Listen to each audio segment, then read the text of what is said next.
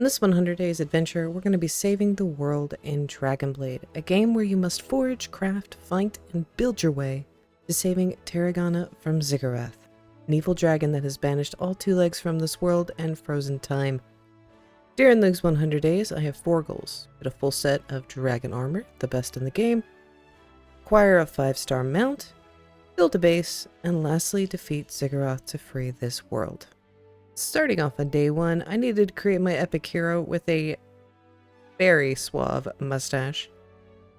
Ready to start my adventure, I ran over to Kitsu, my guiding spirit in this series, to get my first starting quest. It is required to talk to Monkey, a lovely raccoon merchant. After purchasing some linen, I set out to find a spot to place my settlement. The settlement would be where everything would be centered for crafting, mounts, and so much more. I channeled my inner loot goblin as I ran around the world. During my random walking around, I managed to work on my sprinting skill. This would be important later as my overall character level increased by 1 every 10 skill levels I gained in the various skills. Near the end of day 1, I found the spot I wished to plant my settlement flag and marked my territory. Kitsu visited me to give me my next set of quests, which involved chopping down my first tree. I ran back to camp and set up my first 2 of many stables I ended up having. I then upgraded my settlement. This allows me to have more room to place crafting stations and to get better items in the shop. We also have to have max settlement in order to fight Ziggurat, so we had a few more upgrades to go. The following quest was to set up an egg shop, which I completely ignored and picked up my first 2 horses. In order to level up mounts, you have to find others of the same species and basically sacrifice them to level them up. Oh boy. So our new green horse got his first bit of experience up to 2-star. I then spotted a pure white wolf that I named Fang. And just for context, I would not get too incredibly attached to a lot of these because they would be experience for other ones. I then went on a tree chopping mission to make more stables, egg shop, and my own noon key shop, because I would be able to have my own raccoon and be able to sell things to them and buy new recipes.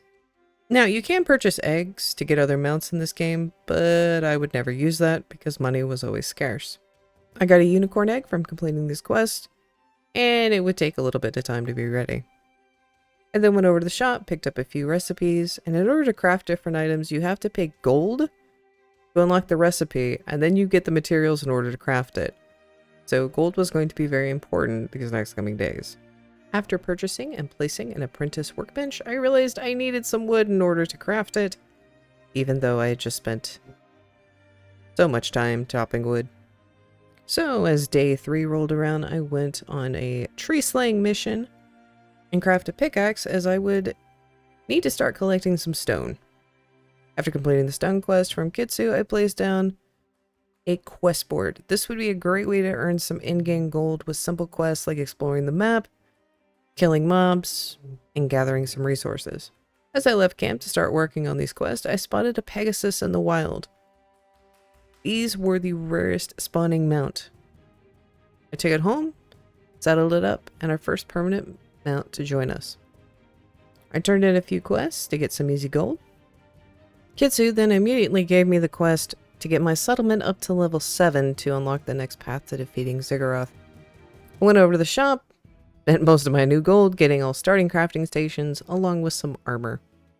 After putting down a chest for some storage and cleaning out some of my inventory, I grabbed some basic armor and put down Lobo's summoning station.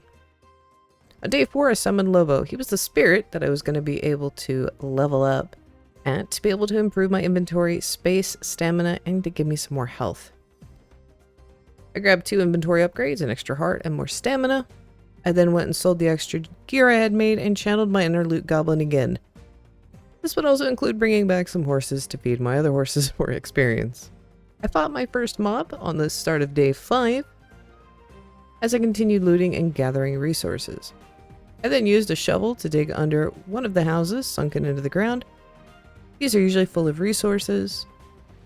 After talking to Lobo for more inventory space, I realized I needed to make a few more of the starting crafting stations. So I went and tunneled my inner mole rat and tunneled down to farm up some easy stone to make a tanning rack, mechanical workbench, kiln, and cooking fire. Day 6 started with some resource collection, breaking my first hatchet. I then put some mushrooms to cook and some logs to make some charcoal. I then put down another chest to help with the random flowers and monster parts I had collected. I took a quick trip over to Nuki's shop to get a few items. Some of the key items being a shield, a bow, and some monster wings. Monster wings were important because it would help with basically giving me slow falling and preventing fall damage, which could kill me. Then getting more stone and getting my first pieces of copper. From here on out, because this game is very resource intensive, unless we're getting new resources, I'm just going to be glossing over it, or in total, this video would be about 6 hours long. During day 7, I managed to find a 2-star horse, but the game bugged and I could only ride it backwards. This would happen several times.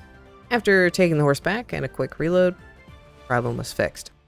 After getting back into the game, I went to the south, collected the second landmark, and activated the jaunt there. Jaunts are used in order to teleport around the world, and I would need to unlock all of them, especially when I was collecting resources. While wandering around, I managed to find a unicorn, brought it back to camp, completed a few quests, and set a few things to begin processing in my various workstations. Day 8, I bought a stone hut. Beds and huts would allow me to heal and get an extra heart. This would be important later on, especially when I was starting to focus more on combat. I realized I needed a furnace at this point, tried to place it down, realized I was missing a single log. After some mild deforestation, I got it placed down, and this allowed me to start smelting copper ore. I grabbed my Pegasus, was about to go venturing off to start another quest, and found another wolf. Squirreling is going to be happening a lot. I'm not sorry. After returning the wolf, I grabbed the Pegasus again, started towards the other landmarks on the map. After I found the one southwest of me, I headed north, saw a unique horse. It was a zombie horse. I landed and mounted up. On day 9, I hit the west landmark on the zombie horse.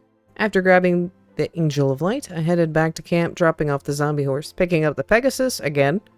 I started back on my mission to collect the other landmarks. This went on into day 10, grabbing the final one at the Elder Tree before flying home to base camp. Squirreling my way to finding another dire wolf. I spent the rest of the day riding around to get my skill XP up and finding more mounts for XP. I turned in all the quests I had to get just shy of 4k coins, talked to Lobo to level up, upgraded my camp, grabbed a few new recipes from my favorite raccoon vendor. Most important was the new pickaxe and some new armor. I also purchased a jaunt for my camp, which would allow me to teleport straight from my base any other jaunts in the world. I placed in an anvil to allow me to get some better armor, and a new crafting bench to get some better weapons. I crafted a new hat and started working on some quests before selling my old gear. Day 12 was a resource collecting and monster killing for quests, leveling up my mount with sacrifices. I did craft my monster wings on this day, which now would allow me to glide and, if I had stamina, keep me from getting fall damage. At the end of day 12 into 13, I created the next stage of stalls for my mounts, and I moved my mounts around a bit. Also crafted myself a bronze pickaxe, which would allow me to mine rare ore. I took my Pegasus out on a flight for some wood and monster killing. Found another zombie horse. This one was a demon zombie, and I would end up keeping this one. On day 14, while I was out, I found a fire unicorn. For context, the only difference between unicorn and horses is unicorns had a horn and glowed. Literally nothing else. Pretty much day 14 turned into farming mounts to level up the rest of them. But at the end of the day of 14, I went ahead and decided to get on my Pegasus and work on unlocking the rest of my map for the quest. This continued into day 15, and at this point I was already level 8. And working on this quest was going to get me some very, very easy levels. This went really well until I saw some wolves and the squirreling began again. After getting more inventory from Lobo and turning in some quests, I bought a few new weapon upgrades. Day 16 started with making a new axe, a bow, and arrows for myself, and then mining my first bit of iron ore. With mining, there was times that the ores would spawn underground, so you would have to terraform the area in order to collect them, which also resulted in me getting levels in terraforming, which resulted in some very easy early levels. At the end of day 16, I had enough resources to craft a blacksmith furnace. This would be so I could smelt iron, copper, and bronze ores. Day 17 started with mount collecting. I wanted a 5-star mount soon, as it was one of my big goals. The difference in mount stars is increased stamina when they ran. Weapons, armor, and tools had the very same system. The more stars it has, the more damage or defense, as well as increased durability. So getting higher star weapons and mounts was definitely something I needed to be working on. Day 17 also saw me battle some of the lower level slimes to not only get resources, but to start leveling up my bow skill and work on more quests. Day 18, I found a red demon undead horse and I stabled him. The undead horses, unfortunately, were only able to be leveled up by other undead horses, so leveling this guy up would take some time and not my first choice for a 5-star mount. I then purchased the next upgrade for anvils and crafted an iron pick, which this would allow me to harvest silver ore, which was the second best ore in the game. And day 19 was mostly resource gathering. Near the end of the day, I took on a normal chest. Now, these chests are scattered throughout the world, and there is normal, blue ones, and then red ones. And the blue and red ones are harder difficulties. In order to unlock them, however, you do need a key from the shop, which costs gold, and you fight waves of enemies. And the rarer the chest, the more enemies, and the stronger the enemies are. But this also gives me more rewards as gold and runes. On day 20, I found one of my favorite colorations of wolves, a sunrise dire wolf. Yes, I took it home and stabled it, and fed it the rest of the wolves I'd been storing. After spending most of the day gathering resources, I crafted a silver pickaxe. And you'll have to wait until part 2 to see what I mine. There will be 4 more parts till we hit our 100 days, along with the full compilation of all of the parts, once the series is up. Thank y'all for being here. I'll see y'all next time.